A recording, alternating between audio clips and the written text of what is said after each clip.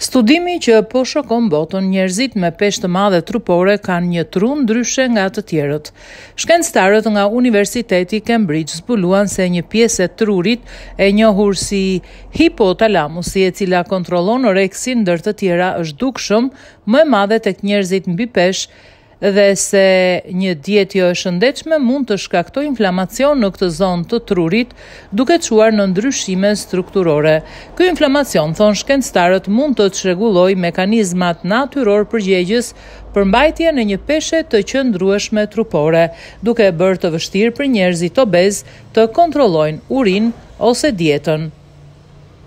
Studimi, i cili është botuar së fundmi, u krye në bazë të ekzaminimit të 1351 të rinjve të rritur me pesha të ndryshme,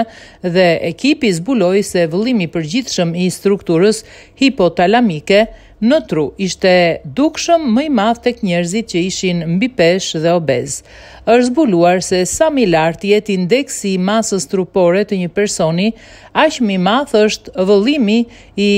hipotalamusit të tyre. Hipotalamusi ka madhësinë e një bajameje dhe ruan një rol të rëndësishëm në kontrollin e oreksit, duke menaxhuar lirimin e hormoneve që na tregojnë nëse jemi të uritur apo të ngopur. Autorët e studimit theksuan se ata nuk mund të jenë të sigurt nëse pesha e tepërt e trupit shkakton rritjen e madhësisë së hipotalamusit, ose nëse njerëzit me hipotalamus më të madh priren të hanë më shumë.